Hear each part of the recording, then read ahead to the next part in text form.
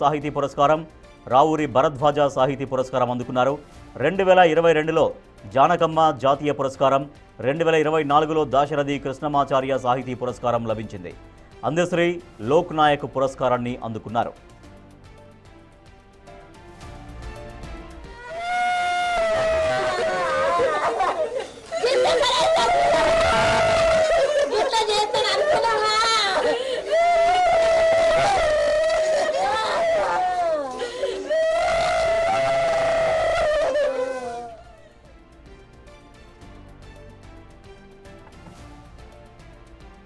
ఈ ఉదయం ప్రఖ్యాత కవి అందశ్రీ కన్నుమూశారు. తెల్లవారుజామున కుటుంబ సభ్యులు లేచి చూసేసరికి ఆల్రెడీ ఆయన కింద పడి ఉన్నారు. అప్పటికప్పుడు వెంటనే ఆసుపత్రికి తరలించారు కుటుంబ సభ్యులు. దీంతో గాంధీ హాస్పిటల్లో వైద్యులు అప్పటికే మరణించారని ధృవీకరించారు. దాదాపుగా ఆయన చనిపోయి కూడా 4-5 గంటలు కావస్తుంది అన్నట్టుగా గాంధీ ఆసుపత్రి వైద్యులు ప్రకటించారు. సో ఒక్కసారిగా అందశ్రీ ఆకస్మికంగా మరణించడంతో యావత్ సాహితీ ప్రపంచం ఒక్కసారిగా దిగ్భ్రాంతికి గురైంది. కవులు, కళాకారులు, గాయకులు, ఇంకా అంత సాహితీ లోకం ఆయనని అభిమానించేవాళ్ళు, ఆయన సాహిత్యాన్ని ప్రేమించేవాళ్ళు, ఆయన విప్లవ చైతన్యాన్ని, ఆయన నింపినటువంటి స్ఫూర్తిని పొందిన వాళ్ళు ఒక్కసారిగా దిగ్భ్రాంతికి లోనయ్యారు. అందశ్రీ ఇక లేరు అన్నటువంటి నిజాన్ని ఇంతవరకు చాలామంది జీర్ణించుకోలేకపోతున్నారు. సో అందశ్రీ మరణంతో ఒక్కసారిగా సాహితీ లోకం పూర్తిగా మూగబోయిందని చెప్పవచ్చు. ఎందుకంటే ఆయన తెలంగాణ సంబంధించిన వ్యక్తి అయినా, తెలంగాణకు సంబంధించినటువంటి అనేక పాటలు రాసిన, మొత్తం అందరికీ ఉపయోగపడేటువంటి పాటలు, చాలా గొప్ప గొప్ప సాహిత్యాన్ని అందించారు. ఆంధ్రప్రదేశ్లో కూడా అందశ్రీకి అశేషంగా అభిమానులు ఉంటారు. ఎందుకంటే ఆయన పల్లె జీవితాన్ని, ఆయన మనిషి యొక్క జీవితాన్ని వస్తువుగా తీసుకొని ఎన్నో గొప్ప గొప్ప పాటలు రాశారు. తెలుగు వాళ్ళు ఎక్కడున్నా సరే అందశ్రీ పాట వినని వారు ఎవరు ఉండరంటే ఎంత మాత్రం అతిశయోక్తి కాదు. అందశ్రీ ఖచ్చితంగా ప్రతి ఒక్కరిలో ఎంతో కొంత స్ఫూర్తి నింపి ఉంటారు. ఎందుకంటే ఆయన ఒక ప్రజాకవిగా పేరొందారు, ప్రకృతి కవిగా పేరు పొందారు. అంటే ప్రకృతి పైన ఎక్కువగా ఆయన పాటలు రాశారు. ప్రజల యొక్క జీవన విధానం పైన, పల్లెల్లో ఉండేటువంటి అనుబంధాల పైన ఆయన ఎన్నో అశేషంగా పాటలు రాశారు. సో సినిమాల్లో కూడా అద్భుతంగా పాటలు రాశారు. ఎన్నో గొప్ప గొప్ప పాటలు రాసినటువంటి అందశ్రీ ఇవాళ ఒకసారిగా ఉదయం లేచేసరికి మరణించడంతో, మరణ వార్త తెలియగానే అందరూ దిగ్భ్రాంతికి లోనయ్యారు. ఇక అందశ్రీ లేరు అన్నటువంటి విషయాన్ని ఇప్పుడిప్పుడే జీర్ణించుకుంటున్నారు. అయితే రాష్ట్ర ప్రభుత్వం అధికారిక లాంఛనాలతో, తెలంగాణ రాష్ట్ర ప్రభుత్వం అధికార లాంఛనాలతో అంత్యక్రియలు నిర్వహించబోతోంది. ఇప్పటికే సీఎస్కు ముఖ్యమంత్రి రేవంత్ రెడ్డి ఆదేశాలు జారీ చేశారు.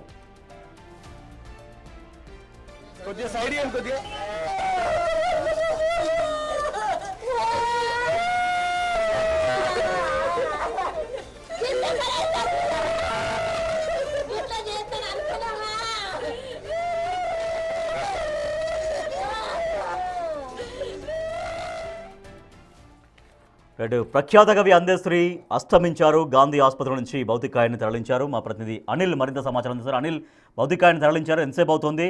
సో దాంతోపాటుగా అంత్యక్రియలు ఎక్కడ చేయబోతున్నారు? ఎస్ రాజేష్, కొద్దిసేపటి క్రితమే ప్రముఖ రచయిత కవి మృతదేహాన్ని, అందశ్రీ మృతదేహాన్ని అయితే లాలపేటలోని తన నివాస వద్దనికి అయితే తీసుకెళ్లారని చెప్పాలి. ముఖ్యంగా ఆయనకు సంబంధించి ఈరోజు ఉదయం 7:20 ఒక్కసారిగా కుప్పకూలిపోవడం, ఆ తర్వాత 7:20 గాంధీ హాస్పిటల్కి అయితే తీసుకురావడం జరిగింది వాళ్ళ కుటుంబ సభ్యులు. తీసుకొచ్చిన అనంతరం ఆయన అప్పటికే చనిపోయినట్టుగా కూడా డాక్టర్లు అయితే తెలపడం జరిగింది. దాదాపు 4 గంటల పాటు ఆయన చనిపోయినట్టుగా ఉన్నట్టుగా డాక్టర్లు అయితే తెలిపారు. ఆ తర్వాత హాస్పిటల్కి ఎమర్జెన్సీ వార్డుకి అయితే తీసుకురావడం జరిగింది. తీసుకొచ్చిన క్రమంలోనే ఆయన చనిపోయాడని చెప్పేసి డాక్టర్లు అయితే చెప్పడం జరిగింది. అయితే మృతికి సంబంధించి మాత్రం ఆయన గత 15 ఏళ్లుగా హైపర్ టెన్షన్ తోటి బాధపడుతున్నాడు. హైపర్ టెన్షన్, బీపీ అదంతా కూడా ఉంది. అయితే నెల రోజుల నుంచి ఆయన టాబ్లెట్స్ తీసుకోలేదని చెప్పేసి కూడా తెలుస్తుంది. తీసుకునే క్రమంలోనే ఆయనకు సంబంధించి ఈ మధ్య అంటే 2-3 డేస్ నుంచి ఆయనకు సంబంధించి డిస్కంఫర్ట్గా ఉండడం, అంటే ముఖ్యంగా గుండెలో సమస్య రావడం, గుండె నొప్పిగా రావడం కూడా వచ్చిందని చెప్పేసి కూడా డాక్టర్లు తెలిపారు. అయితే వచ్చిన క్రమంలోనే ఆయన నెగ్లిజెన్సీ ఒకటి, అదేవిధంగా డాక్టర్ని సంప్రదించకపోవడంతో ఆయన మృతి చెందడం జరిగినట్టుగా డాక్టర్లు అయితే తెలపడం జరిగింది. ముఖ్యంగా ఈ సంఘటన విన్న ప్రతి ఒక్కరు కూడా, అంటే ఆయన లేరు అని విన్న ప్రతి ఒక్కరు కూడా ప్రజెంట్ అయితే దిగ్భ్రాంతి వ్యక్తం చేస్తున్నారని చెప్పాలి. ముఖ్యంగా 15 ఏళ్ల నుంచి హైపర్ టెన్షన్ తోటి బాధపడుతున్న ఆయన, దానికి సంబంధించి సంబంధించి నెల రోజుల నుంచి టాబ్లెట్స్ తీసుకోకపోవడం, ఆ తర్వాత ఆయనకి గుండె సంబంధిత సమస్య రావడం, 2-3 రోజుల నుంచి సమస్య వచ్చినా కూడా అది పట్టించుకోకపోవడంతో ఆయన మృతి చెందినట్టుగా అయితే డాక్టర్లు తెలిపారు. డాక్టర్లు తెలిపిన వివరాల ప్రకారం ఈరోజు ఉదయం సమయంలో 7:20 హాస్పిటల్కి తీసుకురావడం జరిగింది కుటుంబ సభ్యులు. అంటే ఇంట్లో బాత్రూమ్ వద్ద ఒక్కసారిగా పడిపోయాడు, కుప్పకూలి పడిపోయాడు అని చెప్పేసి కూడా కుటుంబ సభ్యుల నుంచి మనకు అందుతున్న సమాచారం. అంటే రాత్రి భోజనం చేశారు, భోజనం చేసిన అనంతరం నార్మల్గానే వెళ్ళి పడుకున్నారు ఆయన బెడ్రూమ్లో. పడుకున్న తర్వాత కుటుంబ సభ్యులు ఉదయాన్నే లేచి వచ్చి చూసేసరికి ఒక్కసారిగా ఆయన కుప్పకూలి పడిపోయాడని చెప్పేసి కూడా తెలుస్తుంది. పడిపోయిన క్రమంలోనే అక్కడే ఆయన బ్రాడ్ డెడ్గా కూడా అయినట్టుగా కూడా అది డాక్టర్లు అయితే తెలపడం జరిగింది. తెలిపిన క్రమంలోనే 7:20 హాస్పిటల్కి తీసుకురావడం, అప్పటికే ఆయన చనిపోయారని చెప్పేసి డాక్టర్లు అయితే తెలిపారు. తెలిపిన తర్వాత కొద్దిసేపటి క్రితమే ఆయన మృతదేహాన్ని అయితే లాలాపేటలోని వినోబా నగర్కి అయితే తరలించారు. తరలించిన అనంతరం ఆయన సందర్శనార్థం అని చెప్పేసి ఈరోజు సాయంత్రం వరకు కూడా ఆయనకు సంబంధించి ఆయన పార్థివ దేహాన్ని చూసేందుకు గాను, అదేవిధంగా ప్రతి ఒక్కరు కూడా వస్తారు కాబట్టి, ముఖ్యంగా అందశ్రీ లాంటి వ్యక్తి, అందశ్రీ లాంటి కవి, రచయిత మరోసారి ఇంకా రారు పుట్టరు అని చెప్పేసి కూడా ప్రతి ఒక్కరు కూడా దిగ్భ్రాంతి వ్యక్తం చేస్తున్న పరిస్థితి మనకు కనిపిస్తుంది.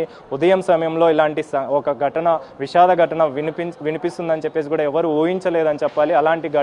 అలాంటి సంఘటన, విషాద వివరణ విషయం తెలుసుకోవడం అనేది ప్రజెంట్ అయితే తెలుసుకున్న క్రమంలోనే ప్రజెంట్ ప్రతి ఒక్కరు కూడా దిగ్భ్రాంతి వ్యక్తం చేస్తున్న పరిస్థితి అయితే మనకు కనిపిస్తుంది. కాబట్టి ఈరోజు మొత్తం సాయంత్రం వరకు కూడా ఆయనకు సంబంధించి సందర్శనార్థం అని చెప్పేసి కూడా ప్రతి ఒక్కళ్ళు వస్తారు కాబట్టి ఆయన వాటన్నిటి కూడా దృష్టిలో పెట్టుకొని ప్రజెంట్ అయితే సందర్శనార్థం కోసం అయితే పార్థివ దేహాన్ని చూసేందుకైతే వినోబా నగర్లో ఆయన పార్థివ దేహాన్ని ఉంచనున్నారు. ఆ తర్వాత రేపు ఆయనకు సంబంధించి గట్కేసర్ వద్ద ఉన్నటువంటి ఎన్ఎఫ్సి నగర్లో ఆయన సొంత ఇంటి దగ్గర అయితే అంత్యక్రియలు జరపనున్నారు. ఇప్పటికే సీఎం రేవంత్ రెడ్డి కూడా స్వయంగా ప్రకటించడం జరిగింది. పోలీసుల అధికారుల లాంఛనాలతోటి ఆయనకి అంత్యక్రియలు జరగాలని చెప్పేసి కూడా ఆదేశించారు. కాబట్టి అధికారుల లాంఛనాలతోటి, పోలీసుల లాంఛనాలతోటి ఇవన్నీ కూడా జరగనున్నాయి. ముఖ్యంగా అందశ్రీ లాంటి వ్యక్తి, కవి లేకపోవడం అనేది తీరని లోటుగా రాష్ట్ర వ్యాప్తంగా ఉన్నటువంటి ఆయన అభిమానులు కావచ్చు, ఆయన ఇష్టపడే వాళ్ళు కావచ్చు, రాజకీయ నాయకులు కావచ్చు, ప్రతి ఒక్కరు కూడా దిగ్భ్రాంతి వ్యక్తం చేస్తున్న పరిస్థితి మనకు కనిపిస్తుంది. ముఖ్యంగా జయ జయ హే తెలంగాణ పాటకు సంబంధించి కావచ్చు, అధికార పాట, తెలంగాణ రాష్ట్ర గీతంగా కూడా ఆయన రచించిన పాట కావడంతో అలాంటి పాట రచించినటువంటి వ్యక్తి అందశ్రీ లేకపోవడం, ఆ ప్రకృతి కవి అని కూడా ఆయనను పిలుస్తుంటారు కాబట్టి అలాంటి వ్యక్తి లేకపోవడం అని చెప్పేసి తీరని లోటుగా ప్రతి ఒక్కరు కూడా బాధపడుతున్న పరిస్థితి మనకు కనిపిస్తుంది. విషాద ఛాయలో ప్రతి ఒక్కరు కూడా మునిగిపోయారని చెప్పాలి. ముఖ్యంగా ఇలాంటి రోజు ఒకటి వస్తుందని చెప్పేసి కూడా ఎవరు ఊహించలేదు. అంటే ముఖ్యంగా 15 ఏళ్ల నుంచి ఆయన ఈ హైపర్ టెన్షన్ తోటి బాధపడడం, ఆ తర్వాత నెల రోజులుగా ఆయన టాబ్లెట్స్ తీసుకోకపోవడంతో ఈ గుండె సంబంధిత సమస్య 2-3 రోజుల నుంచి రావడం, ఆ తర్వాత ఒకటేసారి ఈ విధంగా ఆయన మృతి చెందడం అనేది తీరని లోటుగా ప్రతి ఒక్కరు కూడా దిగ్భ్రాంతి వ్యక్తం చేస్తున్న పరిస్థితి మనకు కనిపిస్తుంది. కొద్దిసేపటి క్రితం ఆయన మృతదేహాన్ని లాలాపేట వద్దకైతే తీసుకెళ్లారు. ఆయన నివాసానికి కుటుంబ సభ్యులు తీసుకెళ్లిన అనంతరం ఆయన సందర్శనార్థం అని చెప్పేసి ఈరోజు సాయంత్రం వరకు కూడా అక్కడే ఉంచుతారు. ఆ తర్వాత గట్కేసర్లో ఉన్నటువంటి ఎన్ఎఫ్సి నగర్లో ఆయన నివాసానికి అయితే తరలించనున్నారు. తరలించిన తర్వాత ఆయనకు సంబంధించి అధికార లాంఛనాలతో ఆయనకైతే అంత్యక్రియలు జరగనున్నాయి. Rajesh. Right, thank you Anil. ఈ ఉదయం ప్రఖ్యాత కవి, ప్రజాకవి, ప్రకృతి కవి అందశ్రీ అస్తమించారు. తెల్లవారుతుండగానే ఆయన అస్తమించారు. ఇప్పటికే ఆయన కుటుంబ సభ్యులు తీవ్రంగా రోధిస్తున్నారు. ఇప్పటికే ఆయన పార్థివ దేహాన్ని అక్కడికి తన స్వగృహానికి తరలించారు. ప్రొఫెసర్ కోదండరామ్ వచ్చారు మృతదేహానికి నివాళులు అర్పించడం కోసం, వారి కుటుంబ సభ్యులు ఓదార్చడం కోసం ప్రొఫెసర్ కోదండరామ్ వచ్చారు. ఇప్పటికే ఇంకా అందరూ తరలి వస్తున్నారు. ఒక్కసారిగా ఈ ఉదయం తెల్లవారుతుండగానే ఈ వార్త విని అందరూ దిగ్భ్రాంతికి లోనయ్యారు. కవులు, కళాకారులు, గాయకులు, అభిమానులు అందరూ కూడా అందశ్రీ మరణ వార్త విని ఒక్కసారిగా షాక్కు గురయ్యారు. సో ఇప్పుడిప్పుడే ఇంకా అందశ్రీ లేరు అనేటువంటి విషయాన్ని జీర్ణించుకుంటూ అందశ్రీకి కడసారి నివాళులు అర్పించేందుకు వారి గృహానికి రాబోతున్నారు అందరూ. ఇప్పటికే ప్రొఫెసర్ కోదండరామ్ కూడా వచ్చినట్టుగా మనం విజువల్స్లో చూస్తున్నాం.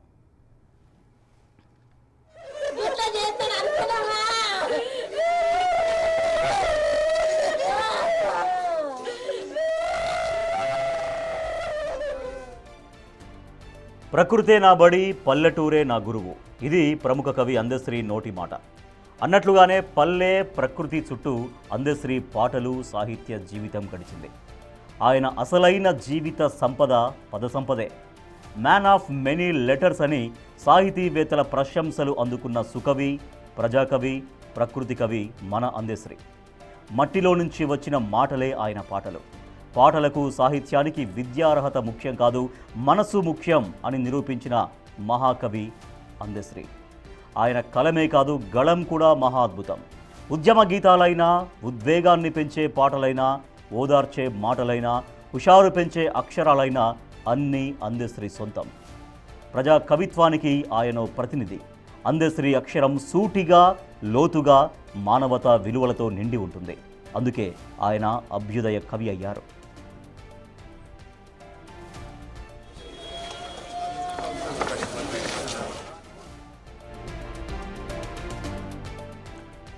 పెద్దగా చదువు లేకపోయినా తన సహజ ప్రతిభతో సాహిత్య రంగంలో శిఖరాగ్రాణం నిలిచారు. తన కవితలు, పాటల ద్వారా తెలంగాణ రైతు, కార్మిక, పేద ప్రజల మనోగతాన్ని ప్రతిబింబిస్తూ ప్రజాకవి పాత్ర పోషించారు.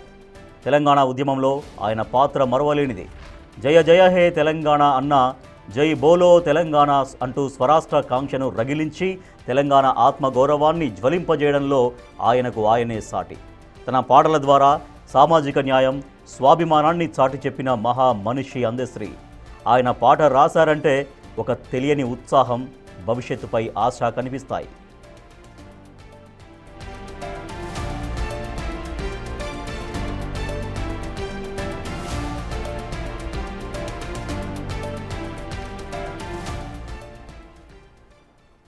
రైట్, ఈ ఉదయం ప్రజాకవి, ప్రకృతి కవి అందశ్రీ అస్తమించారు. ఒక్కసారిగా సాహితీ లోకం దిగ్భ్రాంతి గురైంది. అందశ్రీని అభిమానించే వాళ్ళు, ఆయనతో చైతన్యాన్ని పొందిన వాళ్ళు, ఆయనతో స్ఫూర్తిగా పొందిన వాళ్ళు అందరూ ఒక్కసారిగా దిగ్భ్రాంతికి గురయ్యారు. అందశ్రీ మరణంతో ఒక సాహితీ లోకంలో ఒక గొప్ప కవిని కోల్పోయినట్టుగా అయిందని ప్రతి ఒక్కళ్ళు కూడా భావిస్తూ ఉన్నారు. సో అందశ్రీ మరణాన్ని ఇప్పుడిప్పుడే జీర్ణించుకుంటున్నారు. సో అందశ్రీ చేసినటువంటి సాహిత్య సేవ గురించి, ఆయన రాసినటువంటి పాటల గురించి అందరూ గుర్తు చేసుకుంటూ, అందశ్రీ భౌతికాయం ఇప్పటికే ఆయన ఇంటికి చేరింది కాబట్టి భౌతికాయాన్ని సందర్శించడం కోసం, ఆయనకు నివాళులు అర్పించడం కోసం ఇప్పుడిప్పుడే వస్తున్నారు అందశ్రీ అభిమానులు.